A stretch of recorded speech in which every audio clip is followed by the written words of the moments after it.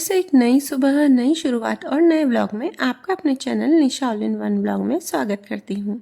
क्या आपके साथ भी ऐसा होता है कि आपको ऐसा लगता है कि आपका डर और चिंता इतनी बढ़ जाती है कि आपको ऐसा लगता है कि ये हमारे साथ क्या हो रहा है, और आपको इतनी एंजाइटी और घबराहट होने लगती है कि आप कुछ कर ही नहीं पाते, ना आपका मन काम में लगता है और ना ही किसी और चीज़ में।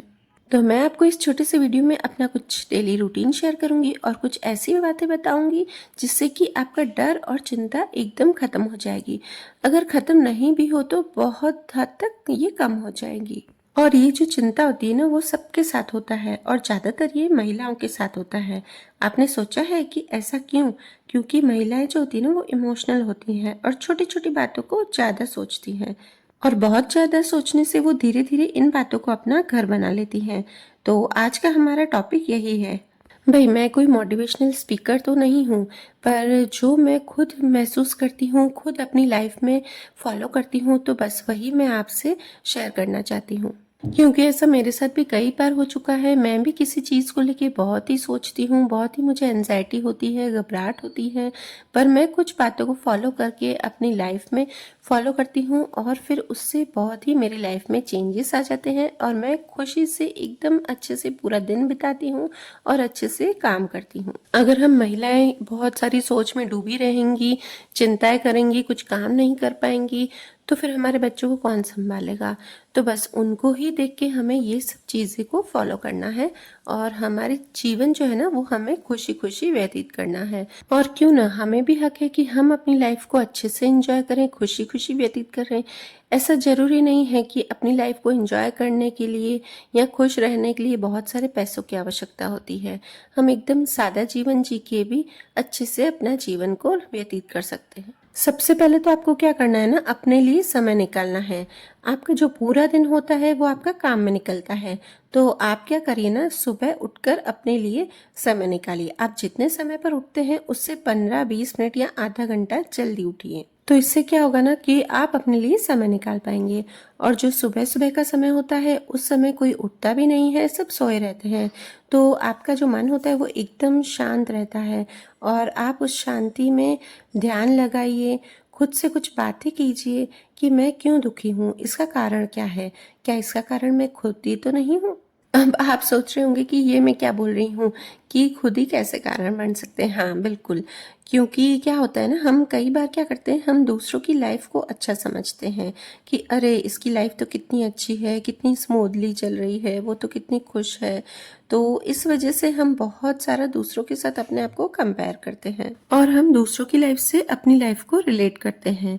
अगर हम दूसरों की लाइफ से अपनी लाइफ कंपेयर करेंगे ना, तो भाई यही होगा। तो इसलिए कभी भी दूसरों से अपने आप को, अपनी लाइफ को कंपेयर बिल्कुल भी मत कीजिए। और क्या वाकई में मैं जो बातें आपको बता रही हूँ उससे आपकी चिंता कम हो सकती है? हाँ बिल्कुल कम हो सकती है। 100% तो नहीं होगी, पर 70-60% कम हो जाएंगी। हमको ये नहीं पता होता है कि सामने वाले की लाइफ में कितनी परेशानियां होती हैं, उनकी भी लाइफ ठीक नहीं होती है, क्योंकि हमें उनके अंदर का नहीं पता होता है। सामने तो सब हंसते हुए दिखते हैं, जैसे हम भी कोई अपनी परेशानी किसी और को नहीं बताएंगे। अगर हम किसी से मिलेंगे, किसी से बातें करेंगे, तो उनसे हम अच्छे से बातें करेंगे, तो उनको भी यही लगेगा कि हमारी लाइफ कितनी अच्छी चल रही है, हम कितनी हंसी खुशी से रह रहे हैं, कितनी स्मूथली है। तो बस इसी तरह ही आपको भी उनकी लाइफ का पता नहीं रहता है।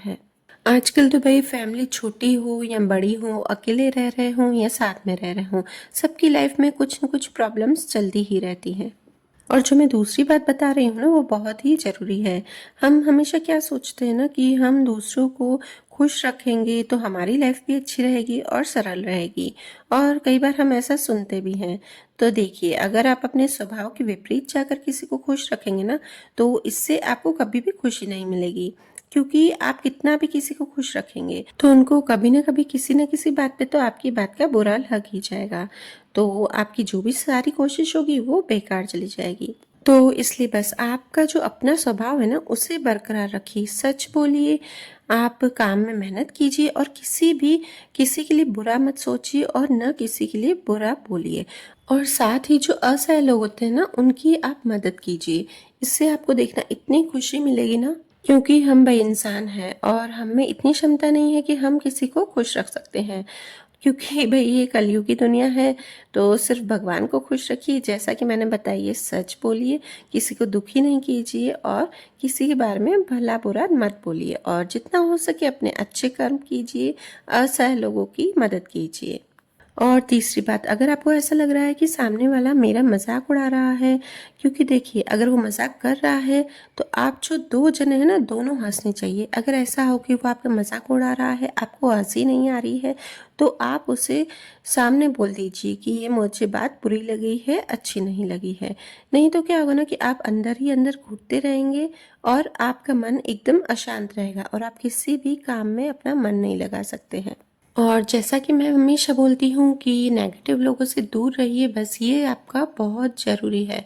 और ये सब आप अगर चीज़ें फॉलो करेंगे ना, तो आप हमेशा आगे बढ़ते रहेंगे, सफलता की ओर जाते रहेंगे और आपके कर्म अच्छे होंगे, तो भगवान हमेशा ही आपका साथ देंगे।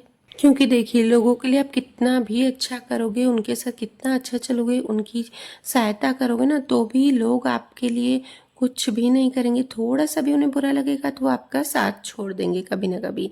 तो बस इससे अच्छा कर्म अच्छे कीजिए, अपने काम में मेहनत करते रहिए, तो भगवान तो है, भगवान हमेशा सच का साथ देता है। तो चलिए फ्रेंड्स, आप इन कुछ बातों को आप अगर अपनी लाइफ में फॉलो करेंगे तो आप ज़रूर आगे बढ़ेंगे और आपका मन बिल्कुल भी दुखी नहीं होगा, बिल्कुल भी चिंतित नहीं होगा और आप अपनी लाइफ को अच्छे से एंजॉय कर सकेंगे। और चलिए अब मैं आपको अपना रूटीन शेयर करती हूँ। तो जैसा कि आपको पता है कि मैं रोज़ सुबह को 4 साढ़े 4 बजे उठ जाती हूँ। हाँ, अगर आप मेरे चैनल पर नए हो तो आपको नहीं पता है, तो आज मैं उठी हूँ साढ़े 4 बजे और उठते ही सबसे पहले तो मैंने नहा धो के और पूजा की तैयारी की है।